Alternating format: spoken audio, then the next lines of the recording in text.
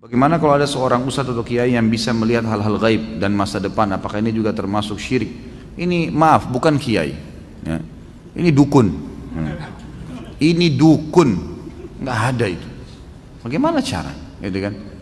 Ini semua tidak mungkin terjadi. Ini semua khurafat yang masuk ke dalam sebagian orang dan memakai nama suci. Nama kiai itu suci. Kiai, guru, ustadz.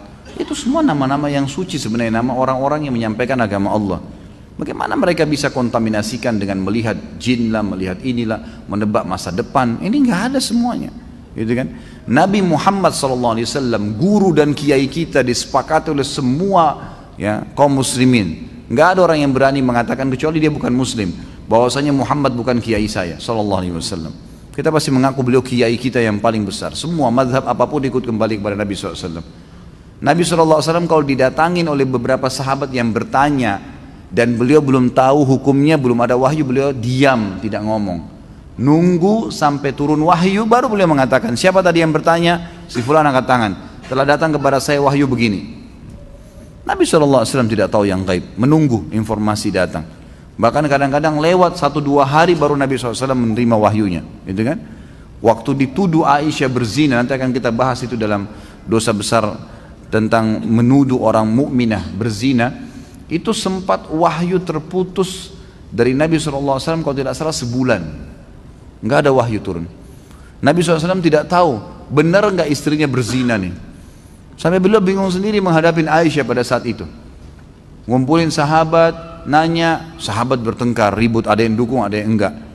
Datang ke rumahnya Aisyah, ditanyakan Aisyah, Aisyah mengatakan tidak, saya tidak melakukan, sampai turun firman Allah Subhanahu Wa Taala. Nabi SAW terjadi pada rumah tangganya, turun ayat Al-Quran, nanti akan kita bahas tuh. Ayat-ayatnya lengkap semua menceritakan. Beliau tidak tahu yang gaib. Bagaimana ada orang yang mengaku kiai kemudian bisa melihat yang gaib, bisa tahu masa depan? Bagaimana caranya? Allah mengatakan dalam Al-Quran tentang Nabi SAW dan Nabi disuruh ucapkan itu. A'udzu billahi minasyaitonir rajim. Qul law kuntu a'lamul ghaiba lastakthartu minal khairi wa ma massani as-su. Katakan hai Muhammad kepada mereka, kalau saya ini tahu yang gaib, maka pasti saya akan perbanyak kebaikan-kebaikan dan saya tidak akan ditimpa masalah. Tidak akan ditimpa masalah karena sudah tahu, oh di sana nanti ada orang yang ganggu saya. Udah, saya nggak usah ke sana. Nabi SAW di perang Uhud kena pedang. Sampai kemarin kita bahas kabar Abdurrahman bin Auf bagaimana melengket pedang di topi besi beliau dan Abdurrahman cabut radhiyallahu anhu dengan giginya sampai giginya tanggal, luka berdarah kening Nabi SAW. Gigi beliau sempat pecah, pundak beliau sempat kena hantaman pedang orang kafir. Nabi SAW tidak tahu itu sebelum keluar dari Uhud, sebelum keluar dari Madinah, nggak tahu sama sekali. Bahkan beliau mengatakan saya rasakan sakitnya sebulan, gitu kan? Kalau Nabi SAW tahu, Nabi tidak akan keluar. Tapi memang begitulah, gitu kan? Memang tidak ada yang tahu. Dan ini sudah panjang lebar. Ada juga judul di YouTube, bisa dilihat ceramah saya, Kiaiku Muhammad, Kiai Anda siapa? Panjang lebar saya jelaskan.